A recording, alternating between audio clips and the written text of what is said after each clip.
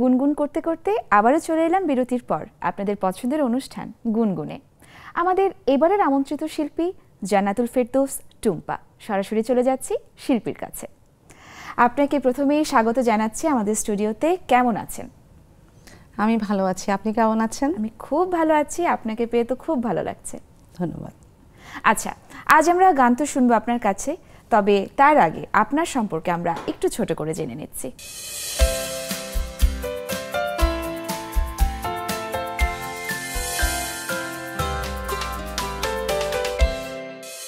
জানছিলাম আপনার গানের জার্নি সম্পর্কে। গুজরাটি অ্যালবামেও আপনি কাজ করেছেন, বেশ ইন্টারেস্টিং ব্যাপার কিন্তু। আচ্ছা, আজকে আমরা কোন গানটি শুনছি আপনার কাছে? আজকে আমি যে গানটি করছি সেটা আমার মৌলিক গান, বাপ্পা মজুমদারের সুরে, তুমি আমার মনের রঙের ঘুড়ি। বাহ, চলুন শুনে ফেলি।